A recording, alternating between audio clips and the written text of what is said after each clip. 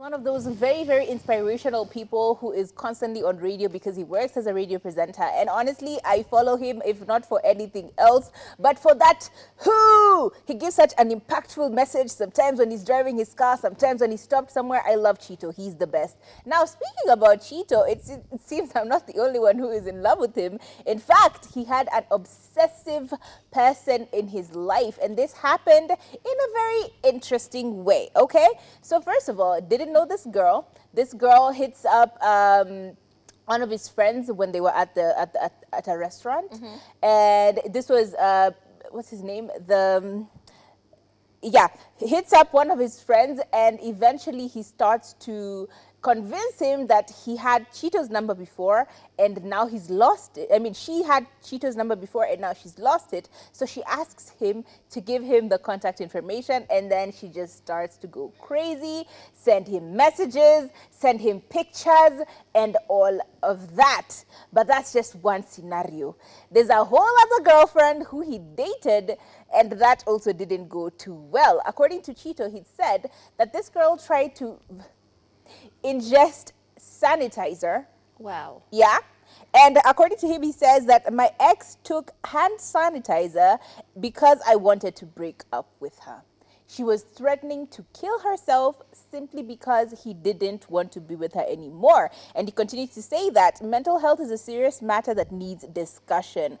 I came out of that relationship looking like I had been dipped in hot water and then gotten out, and that is just insanity altogether. He continued to actually mention that this story that I was telling you about, it was Moji Short Baba, who is one of his close friends, went to a hotel somewhere around the area, Lavington area, and this lady approached them from the restaurant and said that, oh yeah, I am actually Chito's friend and I lost his number. Do you mind giving it to me? And then after that, she wouldn't stop calling. She wouldn't stop sending him pictures.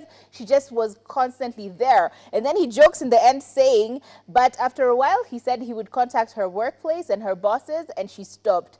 I'm a maybe need you alichapa, and I'm just like on the ground. Way to make an obscene, insane story comical. Look, there are so many things that happen in someone's mind once you've broken up with someone, because scientifically it's been proven that you getting heartbreaks or your heart being broken is equivalent to physical pain. As in, it's like you've been smacked right across the head with a very, very blunt object, and it really does hurt.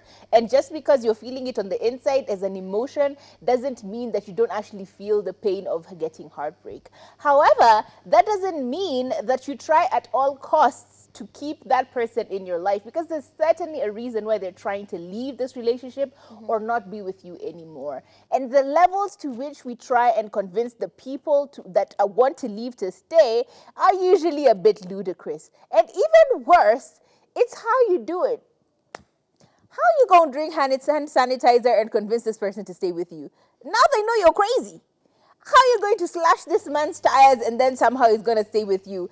He knows you're crazy. Because some men love crazy. They just do.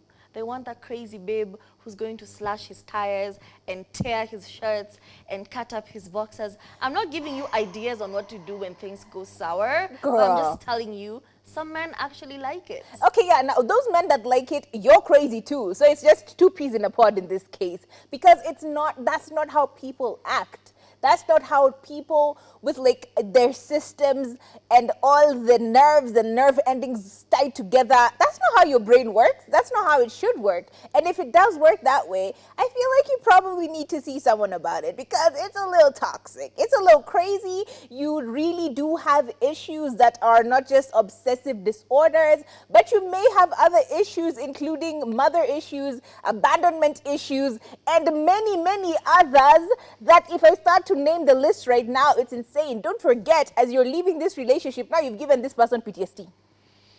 Well, Kathobi, if you want to open your psychiatry clinic, Hit go ahead and do that, please. Stop psychoanalyzing us, the rest of us. We were in love.